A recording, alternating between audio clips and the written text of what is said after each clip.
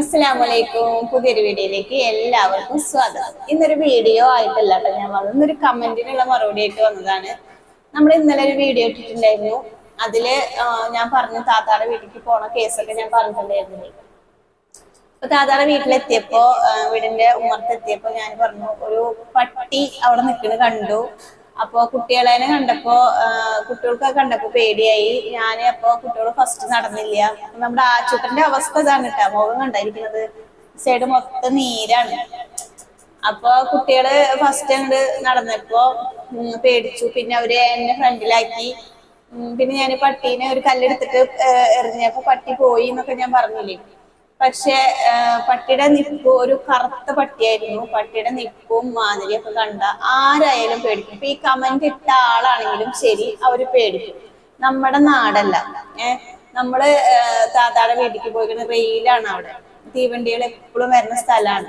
നമ്മുടെ ഏരിയ അല്ല. നമ്മുടെ ഏരിയ എന്നുണ്ടെങ്കിൽ നമുക്ക് അത്ര പേടി തോന്നില്ല. നമുക്കൊരു വീട്ടിലേക്കാണ്ട് ഓടി കയറാന്നുണ്ടെങ്കിൽ എല്ലാ വീടും മതിലൊക്കെ ചുറ്റോറം മതിലൊക്കെ കെട്ടി അങ്ങനത്തെ ഒരു സ്ഥലം. നമ്മള് വന്നത് റെയില് കുറിഞ്ഞിട്ട്. അപ്പൊ ആ പട്ടി എങ്ങാനും നമ്മുടെ നേരേക്ക് ഓടി വന്നു കഴിഞ്ഞാൽ നമ്മൾ തിരിച്ചു ഓടിയിട്ട് റെയിലിന്റെ മുകളിലേക്ക് തന്നെ കയറണം. നിങ്ങൾ കണ്ടല്ലോ, ഞങ്ങൾ ഇറങ്ങിയ പ്രാവശ്യമാണ് വണ്ടി വന്നത്, നിങ്ങൾ കണ്ടില്ലേ. അപ്പൊ എന്റെ സ്ഥാനത്ത് വേറെ ആരാണെങ്കിലും ശരി അങ്ങനെ തന്നെ ചെയ്യുള്ളൂ.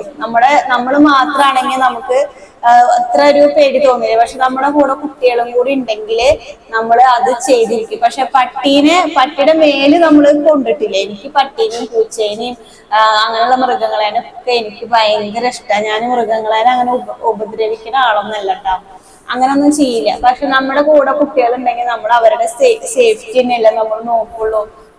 നമ്മുടെ അടുത്തേക്ക് ഓടി വരുമോ, കുട്ടികളുടെ അടുത്തേക്ക് ഓടി വരുമോ, കുട്ടികൾ തിരിഞ്ഞു ഓടോ, അങ്ങനെയൊക്കെ ഒരു പേടി തന്നെ നമുക്ക് ഉണ്ടാവും. പക്ഷെ ആ പട്ടീനെ കണ്ടാൽ നമുക്ക് ആർക്കായാലും പേടി തോന്നും. അതിൽ കമന്റിൽ എഴുതിയിട്ട് നമ്മളെ പോലെ ദാഹിച്ചിട്ട് നിൽക്കുന്നത് അവർക്കും ചൂടും കാര്യങ്ങളൊക്കെ ഉണ്ട്, ആ പട്ടിക്ക് കുറച്ച് വെള്ളം കൊടുക്കായിരുന്നില്ലേ.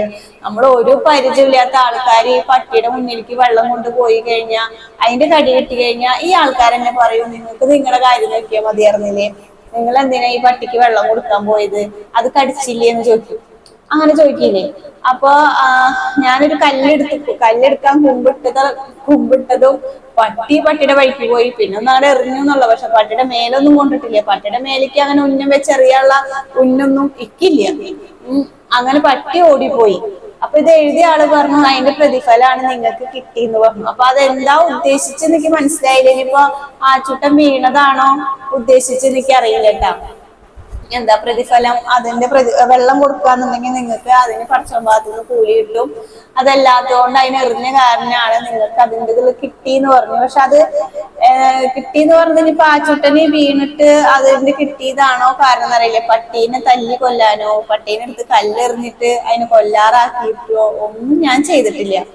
പക്ഷെ ആ കമന്റ് എഴുതിയ ആള് എന്ത് ഉദ്ദേശിച്ചിട്ട് അത് എഴുതിയെന്ന് എനിക്ക് അറിയില്ല കേട്ടോ. അപ്പൊ അതൊരു കേട്ടപ്പോ ഒരു ചെറിയൊരു വിഷമം തോന്നി. അതിന്റെ ഒരു പ്രതിഫലം കിട്ടി എന്ന് പറഞ്ഞപ്പോ ചെറിയൊരു വിഷമം തോന്നി. അപ്പൊ അതൊന്ന് ക്ലിയർ ചെയ്യാച്ചിട്ടാണ് ഞാനിപ്പോ ഇങ്ങനെ ഒരു വീഡിയോ ആയിട്ട് വന്നത്. അതിന്റെ ഒരു പ്രതിഫലം കിട്ടിയെന്ന് എനിക്ക് തോന്നിയില്ല. കണ്ടിട്ട് എന്താ ചെയ്യുന്നത്, കുട്ടികൾക്ക് വികൃതി ഉണ്ടാവും. പ്രത്യേകിച്ച് ആചുട്ടിന് ഇത്തിരി വികൃതി കൂടുതലാണ്. ഞാൻ എപ്പോഴും എല്ലാ വീഡിയോയിലും ഞാൻ പറയാറുണ്ട്, ആചുട്ടിന് കുറച്ച് വികൃതി കൂടുതലാണ്. അപ്പൊ എല്ലാരും പറയാറുണ്ട് ആചുട്ടൻ പാവാണ്. ഞാൻ എല്ലാരും കമന്റിൽ പറയാറുണ്ട്. നമ്മുടെ വീഡിയോ ഫസ്റ്റ് മുതൽ കാണുന്ന ആൾക്കാർക്ക് അറിയാൻ പറ്റും. അങ്ങനെ ഒരു വികൃതി കാണിച്ചതാണ് ആച്ചൂട്ട. 2 മരം അപ്പുറത്തും ഇപ്പുറത്തും നിൽക്കണ്ടായിരുന്നു. തൊട്ട് മരം നിൽക്കണ്ടായിരുന്നു. 2 മരത്തിന്റെ മേലെ അവൻ കാല് വെച്ചു.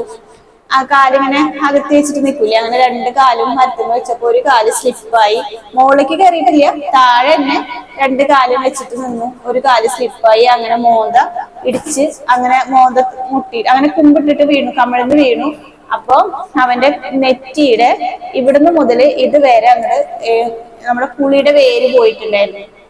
ആ വേരുമ്പോ പോയി ഇടിച്ച്. ആ വേരിനെ വെച്ചിങ്ങനെ ഒരു കൂർത്ത ഭാഗം ഉണ്ടായിരുന്നു. ആ കൂർത്ത ഭാഗത്തിന്റെ മുകളിൽ പോയി ഇടിച്ച കാരണമാണ് അവന് ഇത്രയും ആഴത്തിൽ മുറി ഉണ്ടാവാൻ കാരണം. അപ്പൊ കുട്ടികളാവുമ്പോ കുറച്ച് വികൃതിയും കാര്യങ്ങളൊക്കെ ഉണ്ടാവും. നമ്മള് എപ്പോഴും ചീത്ത പറയും, അതുമ്പോ കേറല്ലേ ഇതുമ്പോ കേറല്ലേ എന്നൊക്കെ പറയും. സംഭവം അവൻ വീഴുമ്പോ തൊട്ടടുത്ത് ഞാൻ ഉണ്ടായിരുന്നു. ഞാൻ തുണികള് തോരട്ടോണ്ടിരിക്കുകയായിരുന്നു. അപ്പോഴാണ് ഈ സംഭവം ഉണ്ടായത്. അപ്പൊ അവന് അത്രയും പറ്റാനുള്ള വീഴ്ച അവൻ വീണിട്ടില്ല. പക്ഷെ ആ വേരിന്റെ ആ മുഴയുടെ മുകളിൽ കൊണ്ടുപോയി കുത്തിയ കാരനാണ്, ഒരു വീർത്ത ഭാഗം ഉണ്ടായിരുന്നു, ആ ഭാഗത്ത് കൊണ്ടുപോയി കുത്തിയ കാരനാണ് അവിടെ അത്രയും മുറിയാവാൻ കാരണം. അവനിപ്പോ ഇങ്ങനെ വരാൻ കാരണം കേട്ടാ. 5-8 സ്റ്റിച്ചൊക്കെ ഉണ്ട്. ഇപ്പൊ ഞാൻ അതിന്റെ കെട്ടൊക്കെ അഴിച്ചു കൊടുത്തു. ഇപ്പൊ നീരുണ്ട്, കണ്ണിലൊക്കെ നീരുണ്ട്. വേറെ പ്രശ്നമൊന്നുമില്ല. കണ്ണിന്റെ പോളേമ നീരായിരുന്നു ഇന്നലെ. ആ നീര് ഇവിടേക്ക് ഇറങ്ങി കൺതടത്തിലേക്ക് ഇറങ്ങിയൊക്കെയാണ് ഇപ്പൊ നീര് കേട്ടാ. ഇപ്പൊ വേദനയും കാര്യങ്ങളൊന്നുമില്ല, ഗുളികയും മരുന്നും കാര്യങ്ങളൊക്കെ ഉണ്ട്.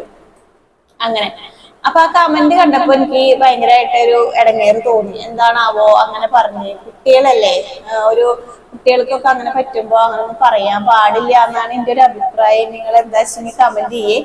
ഞാൻ എന്റെ ഒരു കാര്യം പറഞ്ഞു എന്നുള്ളൂ. നമ്മൾക്ക് എല്ലാത്തിനും പകരം ചോദിക്കുന്ന ആള് പഠിച്ചവനാണ് അല്ലെ. നമ്മൾ അങ്ങനൊന്നും പറയാൻ പാടില്ല എന്നാണ് എന്റെ ഒരു ഇത്. എനിക്ക് അറിയില്ല ഇനി.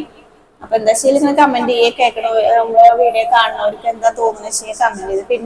പിന്നെ കമന്റ് ഉണ്ട് ഒരുപാട് ലൈക്ക് ഉള്ള ഒരു കമന്റ്. എന്താ വെച്ച് കഴിഞ്ഞാല് മുടി കണ്ടു എന്നാവും. അത് സത്യമാണ് പറഞ്ഞത്.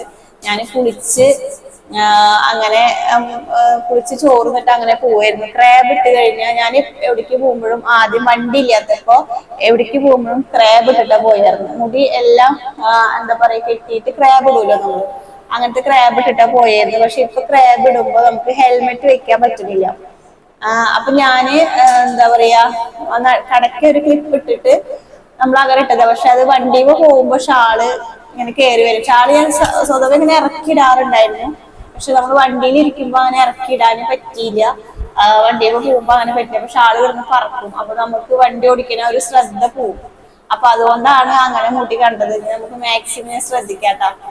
അപ്പൊ അതൊക്കെയാണ്. അല്ലാണ്ട് നമ്മള് നടന്നിട്ട് എവിടേക്കെങ്കിലും പോവാണെങ്കിലോ, ഓട്ടോറിക്ഷയിൽ പോവാണെങ്കിലോ, ബസ്സിൽ പോവാണെങ്കിലോ ഒക്കെ ഞാൻ ക്രാബ് ഇട്ടിട്ട് പോവാ. ഹെൽമെറ്റ് വെക്കണോണ്ട് ക്രാബ് ഇടാൻ പറ്റുന്നില്ല. അതുകൊണ്ടാണ് മുടി അങ്ങനെ പരത്തിയിട്ടത്. എന്തായാലും പറഞ്ഞു തന്നത് നല്ല കാര്യമാണ്. എന്താ വെച്ച് കഴിഞ്ഞാല് നമ്മൾക്ക് അറിയാത്ത കാര്യങ്ങളും നമ്മൾ ശ്രദ്ധയിൽ പെടാത്ത കാര്യങ്ങളൊക്കെ പറഞ്ഞു തരുമ്പോ നമ്മളത് പിന്നീട് ശ്രദ്ധിച്ചിട്ട് ചെയ്യും. അപ്പൊ ഇത് രണ്ട് കാര്യങ്ങളും ഞാൻ ഇന്നത്തെ ഒരു വീഡിയോയിൽ പറയണം എന്ന് വിചാരിച്ചിരുന്നു. പക്ഷെ ഇന്ന് വീഡിയോ ഒന്നും എടുത്തിട്ടില്ല. എന്നൊരു മൂഡ് ഉണ്ടായിരുന്നില്ല. പിന്നെ ഇവന് വയ്യാത്തോണ്ട് ഇവന് ഇടയ്ക്കിടയ്ക്ക് കണ്ണിൽ മരുന്ന് ഒഴിച്ചുകൊടുക്കലും അതിന്റെ മുറി വൈക്കലും കഴുകലും തുടക്കലൊക്കെ ആയിരുന്നു. അപ്പൊ എനിക്ക് തന്നെ അത് കാണുമ്പോ പേടിയാവുക. കൈ കാലൊക്കെ വിറക്കിയാണ് ആ മുറിയൊക്കെ തൊട്ട് അതൊക്കെ വൃത്തിയാക്കി കൊടുക്കുള്ളൂ. അപ്പൊ അതിൻ്റെതായൊക്കെ ഒരു 2-3 ദിവസമായിട്ട് ഭയങ്കര ടെൻഷനും കാര്യങ്ങളൊക്കെ. ഇപ്പൊ ഇവൻ വീണോടത്ത് നിങ്ങളുടെ ശരിക്കും പറയാ ഭയങ്കര ഒരു കണ്ടപ്പോ ആ മുറിവ് കണ്ടപ്പോ ഉള്ള ആ ഒരു പേടി എനിക്ക് ഇപ്പോഴും മാറിയിട്ടില്ല. ശരിക്കും പറയാ ആ മുറിയുടെ ഉൾവശമൊക്കെ ഞാൻ കണ്ടപ്പോഴേ എനിക്ക് ആകെ അങ്ങോട്ട് ആ സമയത്ത് ആകെ ഇടങ്ങേറ് തോന്നിയത് എന്റെ മനസ്സിൽ നിന്ന് ഇപ്പോഴും അത് പോണില്ല. പിന്നെ സ്റ്റിച്ച് ഇടുമ്പോ ഒക്കെ പിടിച്ചു കൊടുത്തതൊക്കെ ഞാനാണ്. അപ്പൊ അതൊക്കെ കണ്ടപ്പോ എനിക്ക് ഭയങ്കര ആദ്യമായിട്ടുള്ള ഒരു അനുഭവങ്ങളാണ് അതൊക്കെ. അത് കാരണം അതൊക്കെ കണ്ടപ്പോ എനിക്ക് ഭയങ്കര ഇടങ്ങേറാണ് മനസ്സിൽ. അപ്പൊ അതുകൊണ്ട് തന്നെ എനിക്ക് ഒരു ആ മൈൻഡ് ഒന്ന് മാറി വന്നിട്ടുണ്ട്. ഇവന്റെ മുഖത്തത്തെ നീരൊക്കെ ഒന്ന് പോയി ഇവരൊന്ന് ഉഷാറായാലാണ് നമ്മുടെ മൈൻഡൊക്കെ ഒന്ന് ശരിയായിട്ട് വരുള്ളൂ. അപ്പൊ പിന്നെയും പറയാണ്, മക്കളെ എല്ലാരും നല്ല ശ്രദ്ധിച്ചോളെ. വരാൻ വെച്ചത് എങ്ങനെയായാലും വരും. പക്ഷെ നമ്മൾ മാക്സിമം ശ്രദ്ധിക്കുക. അതാ പറയാൻ പറ്റുള്ളൂ. കുട്ടികളോട് ഒച്ച ഇട്ടിട്ട് തന്നെ നിൽക്കുക. സ്കൂള് തുറക്കണ വരെയെങ്കിലും അവര് ഇപ്പൊ TV ഉണ്ടെങ്കിൽ ഒരു പുറത്തേക്ക് ഇറങ്ങില്ല.